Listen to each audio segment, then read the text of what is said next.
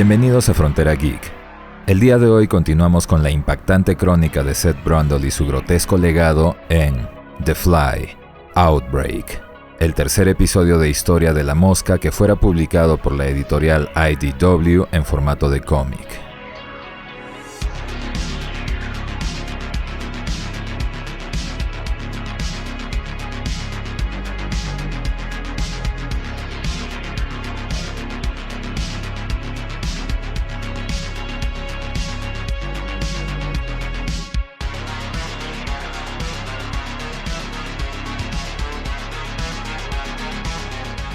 Antes de comenzar, enviamos un agradecimiento especial a nuestros Patreons y a los miembros del canal por su apoyo y fe en el proyecto de Frontera Geek.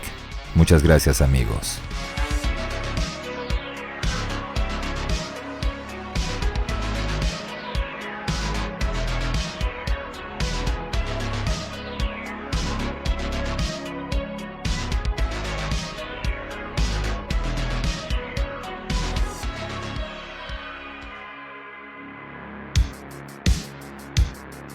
En nuestro video anterior les trajimos la historia de Seth Brundle, el científico que desarrolló la tecnología de teletransportación que en un uso descuidado terminó provocándole una aberrante mutación que lo transformó en un grotesco monstruo, mutación que fue heredada por el hijo que había concebido antes, quien teniendo una inteligencia superior gracias a aquellos cambios genéticos, logró separarse de los genes anómalos, aunque para eso tuvo que sacrificar a Anton Bartok, el hombre que habiéndolo engañado con una falsa postura paternal, simplemente deseaba explotar su caso para potenciar el alcance científico de su compañía y obtener dominio mundial. Si bien en la pantalla la historia quedó así, con un Martin Brundle completamente humano y un Bartok convertido en una grotesca oruga mutante, sí existió la intención de desarrollar un tercer film. Según lo que algunos medios sostienen, el desempeño insatisfactorio de La Mosca 2, tanto en taquilla como en crítica, llevó a que se considerara hacer un tercer film que obviaría los eventos del segundo y se conectaría directamente con el final del primero. Con un guión supuestamente desarrollado por la mismísima Geena Davis, actriz que interpretara a Verónica, la coprotagonista del primer film, la nueva historia hubiera iniciado con el nacimiento de dos mellizos hijos de Seth Brundle, quienes habiendo tenido un crecimiento infantil aparentemente común, con la llegada de la pubertad comenzarían a mutar de manera similar a la de su padre. Dada la existencia de dos seres con tales mutaciones, la cinta hubiera llevado el nombre de Flies, moscas. Dicho título, sin embargo, habría pertenecido originalmente a otro guión en el que los telepods se hubieran convertido en dispositivos de clonación, lo mismo que hubiera desencadenado en la existencia de múltiples mutantes derivados de Seth Brundle, o sea, moscas, Flies. El proyecto nunca progresó, y según se sabe, a comienzos de la década del 2000, fue el mismo David Cronenberg quien anunció que volvería a visitar su más famosa cinta de horror corporal, pero dicho proyecto tampoco vio la luz. Es recién en el año 2015 que un tercer episodio de la saga llega en formato de cómic, The Fly, Outbreak, El Brote. Historia de 5 números creada por Brandon Seifert, escritor de cómics como Witch Doctor o algunas entregas de las historias de Hellraiser. El impresionante arte del cómic estuvo a cargo del también tatuador y músico Menton J. Matthews III, más conocido como Menton 3. Outbreak se conecta directamente con el final de La Mosca 2, así que si no recuerdas o quieres refrescar los eventos importantes de las dos películas que anteceden a esta narración, tienes disponible en el canal nuestro resumen de ambos films. ¿Cómo es que el insano legado de Seth Brundle rebasó los límites genéticos de su hijo Martin? Veámoslo a continuación. Episodio 1. El libro de transgénesis.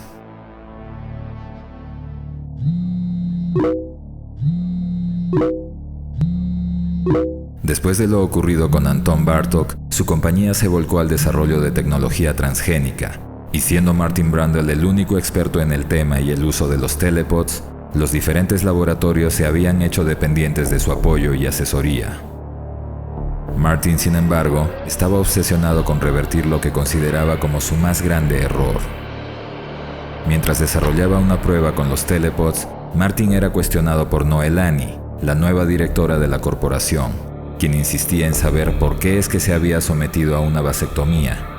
Pero para él, la respuesta era muy obvia. Tenía genes defectuosos. Culminada la teletransportación, Martin se acerca al telepod y le habla a quien se encontraba en su interior con la esperanza de haberlo curado. Pero el brazo deforme de la grotesca criatura que emergió hace evidente que ese no era el caso. Anton Bartók seguía siendo un monstruo. Tras el cansado y frustrante día, Martin regresa a la casa flotante donde vivía con Beth. Era su aniversario y ella había preparado el ambiente para celebrarlo como pareja.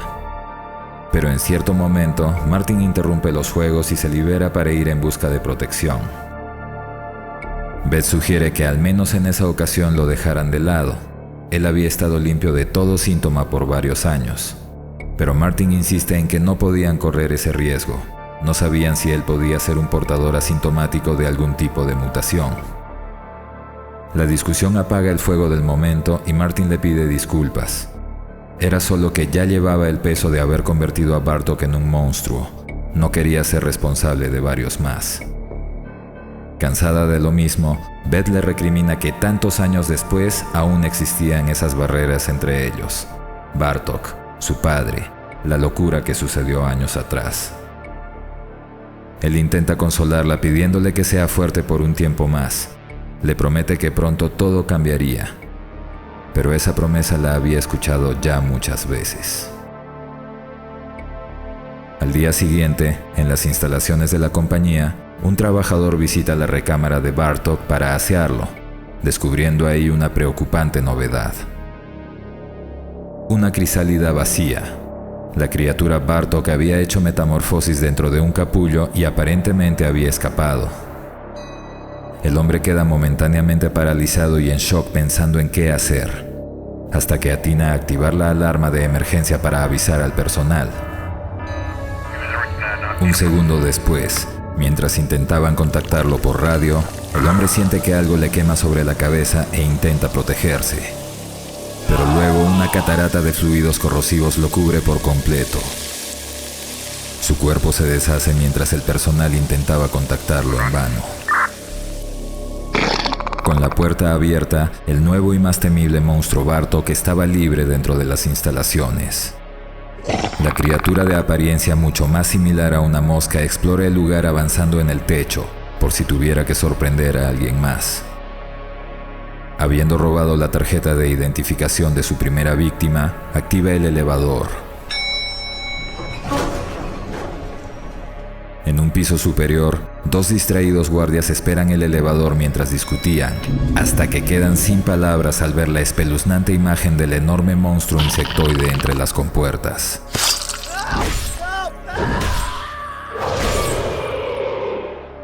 A través de los altavoces y la radio, Martin, Noelani y otros trabajadores escuchan cómo algunos de los agentes de seguridad son aniquilados intentando contener al monstruo. Después de un análisis, Martin deduce que su reciente experimento intentando desactivar los genes anómalos de Bartók había tenido el efecto contrario. Había acelerado las mutaciones. En ese momento, la criatura abre las puertas del laboratorio y se revela frente a Noelani, Martin y los demás. El muchacho intenta dialogar con el monstruo. Este lo saluda por medio de texto y un reproductor en la pantalla de una tablet que había tomado de alguna de sus víctimas. Martin pregunta sobre cuáles eran sus intenciones mientras acerca su mano a un extinguidor. Y es entonces que Bartók demanda que él haga una confesión, que confiese que lo había convertido en un monstruo. Pero Martin se rehúsa a hacerlo, señalando que Bartók siempre fue un monstruo. La mosca Bartók se abalanza sobre ellos para atacarlos. Martin lo desvía usando el extinguidor, y el monstruo cae sobre las mesas cerca de los otros científicos, salpicándolos con su sangre. Martin aprovecha el momento para salir corriendo de aquel laboratorio. La criatura lo sigue de cerca volando con sus enormes alas. Y es al dar la vuelta al pasillo que Martin se encuentra con un nuevo dilema. 3 agentes de seguridad armados apuntando en su dirección. Martin se lanza al suelo rápidamente para evadir las balas. Suerte que Bartok no tiene, recibiendo múltiples disparos por parte de los agentes. Las balas perforan su cuerpo, sus alas, y finalmente, el monstruo cae al suelo, cubriendo con su cadáver sangrante a Martin. Brundle alza la mano para señalar que estaba bien, pero al levantarse se sostiene del muro y cubre su rostro lamentándose porque sabía que ese no era el caso. Otra vez había sido alcanzado por la pesadilla genética. Mientras el cuerpo del monstruo es guardado en un saco de cadáveres, el muy bien equipado personal de esterilización explica a Martin que había sido expuesto a una enfermedad transgénica capaz de contagiarse de persona a persona. Lo someten a baños de desinfección, refiriendo que lo que no estaba claro era cuántas formas de contagio existían. Un helicóptero lo transporta a otra instalación de mayor seguridad. No podían correr ningún riesgo hasta estar seguros de que estaba 100% saludable y libre de cualquier tipo de infección. Y es así que llega a un sombrío lugar donde, en palabras de aquellos agentes, iba a estar bajo observación por un tiempo. Una cuarentena que no tenía que ser más larga de lo necesario. Episodio 2. Cuarentena. Habían pasado 8 días desde su encierro y Martin recién tiene la oportunidad de contactar a Beth, a quien solo le informaron que había sido puesta en cuarentena. Detalles de su situación nunca le fueron revelados. Martin entonces le explica lo sucedido con Bartok y la aceleración de su síndrome de mutación, y peor aún, la exposición que él y algunos otros tuvieron a su sangre. Ante la noticia, Beth se lamenta y pregunta si es que él iba a sufrir una mutación como antes, pero mientras él intentaba explicarle que todo era aún incierto, los pasos de alguien acercándose a su celda lo obligan a cortar la comunicación, dejando a Beth con muchas interrogantes y aún más preocupada. Martin reclama que para encontrar la solución al problema requería de enfoque total, sin interrupciones ni visitantes. El mayor Verving, con actitud agresiva, le indica que cuide su tono, puesto que Martin solo tenía la oportunidad de trabajar porque ellos lo habían decidido. Mientras que el Dr. Mayweather, de manera más asertiva, pide disculpas por la interrupción y refiere que la visita era simplemente para asegurarse de que tuviera todo lo que necesitaba. Martin replica que lo único que necesitaba era que lo dejaran solo, y así Mayweather se disculpa de nuevo y ambos abandonan la recámara. Ya estando solo, Martin retoma la comunicación con Beth, y después de explicarle que tuvo que colgarle porque se supone que está incomunicado, le cuenta que estaba en aislamiento en una isla, en un hospital de cuarentena que el gobierno había abierto debido a la reciente crisis con el ébola. Beth pregunta si es que había tenido éxito en encontrar alguna cura, pero el frustrado Martin responde que ya sabían cuál era la cura: el intercambio de genes con un espécimen sano, un sacrificio de sangre que no estaba dispuesto a repetir. Su fe radicaba en que la enfermedad no fuera transmisible de persona a persona. El día 9 de la cuarentena, Martin pasaba el tiempo como siempre, solo, escuchando a los demás hablar mal de él a lo lejos. Hasta que Noelani aparece, y después de un par de bromas se sienta a conversar con él. La mujer expresa sus interrogantes respecto a la supuesta enfermedad por la que habían sido aislados, por lo que Martin le explica que el síndrome era de naturaleza genética y expresó síntomas muy distintos entre todos los que lo padecieron: su padre, Bartok y él mismo. Y es entonces que le explica que la primera fase de cambios inicia con la aparición de pelos gruesos y algo rígidos que suelen crecer en alguna herida. Martin explicaba las fases de mutación, y dicha sintomatología comienza a hacerse evidente en aquellos que habían sido expuestos con el pasar de los días.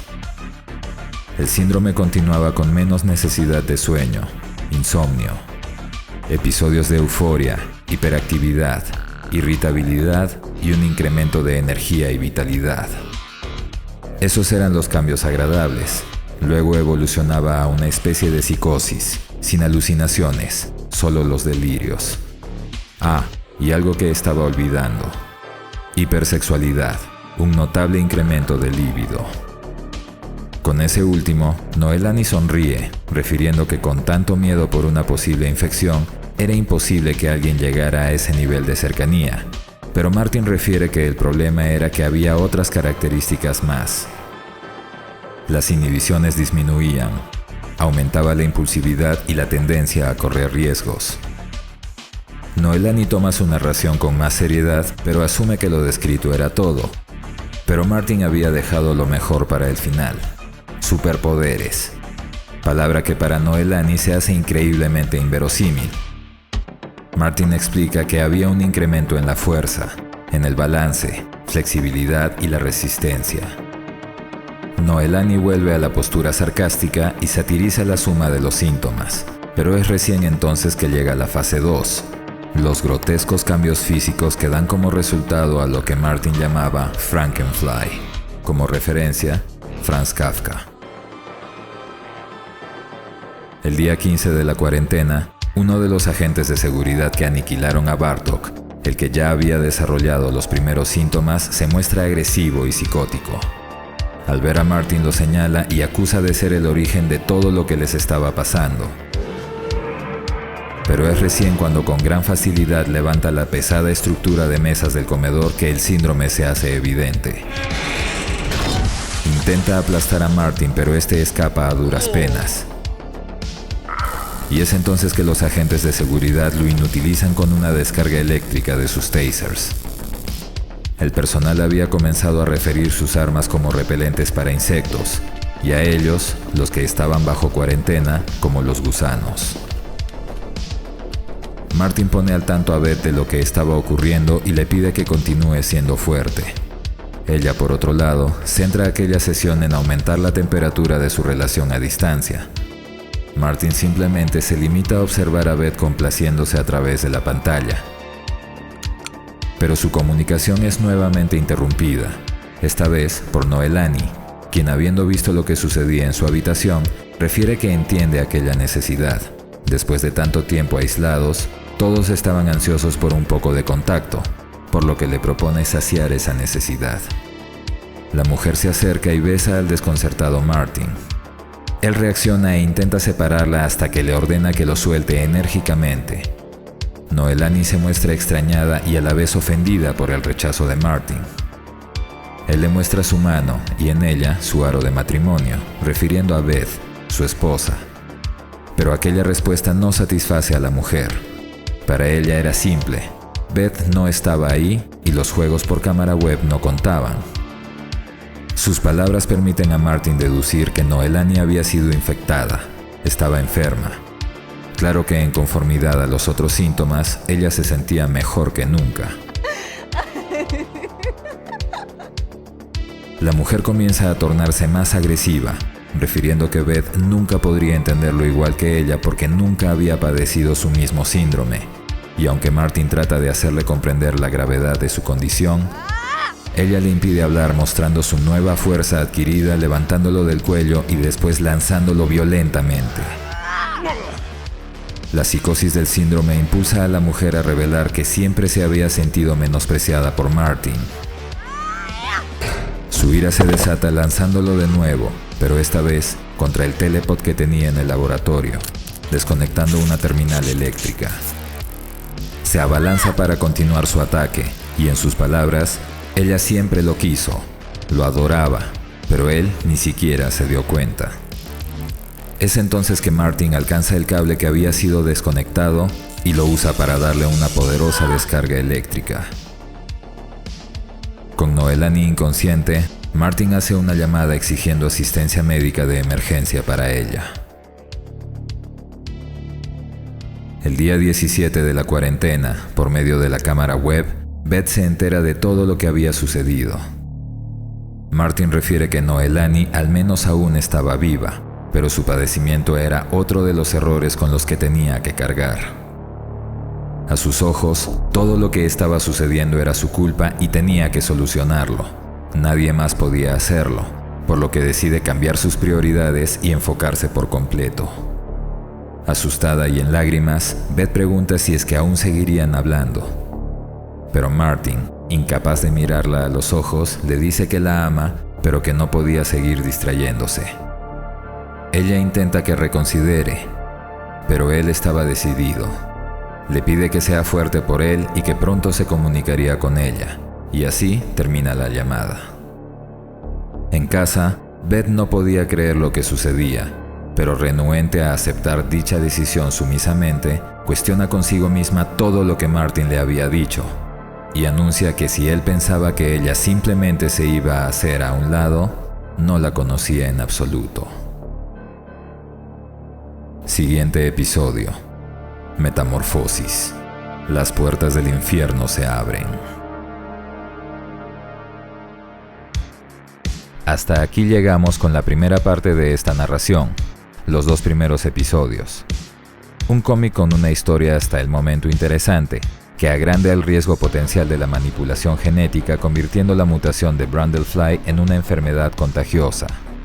Historia que es narrada mediante un arte muy realista y a la vez muy oscuro, de un estilo excepcionalmente cinematográfico. Cabe resaltar también que la conexión con la segunda película se hace muy fuerte al haber recreado a los personajes tal y como fueron los actores que en ese entonces los interpretaron. Eric Stoltz como Martin, Daphne Zúñiga como Beth, una foto de Lee Richardson como Anton Bartok y el añadido de un personaje nuevo en Noelani, quien fue evidentemente inspirada en la actriz Lucy Liu. A partir de este punto, la historia incluirá muchos más monstruos.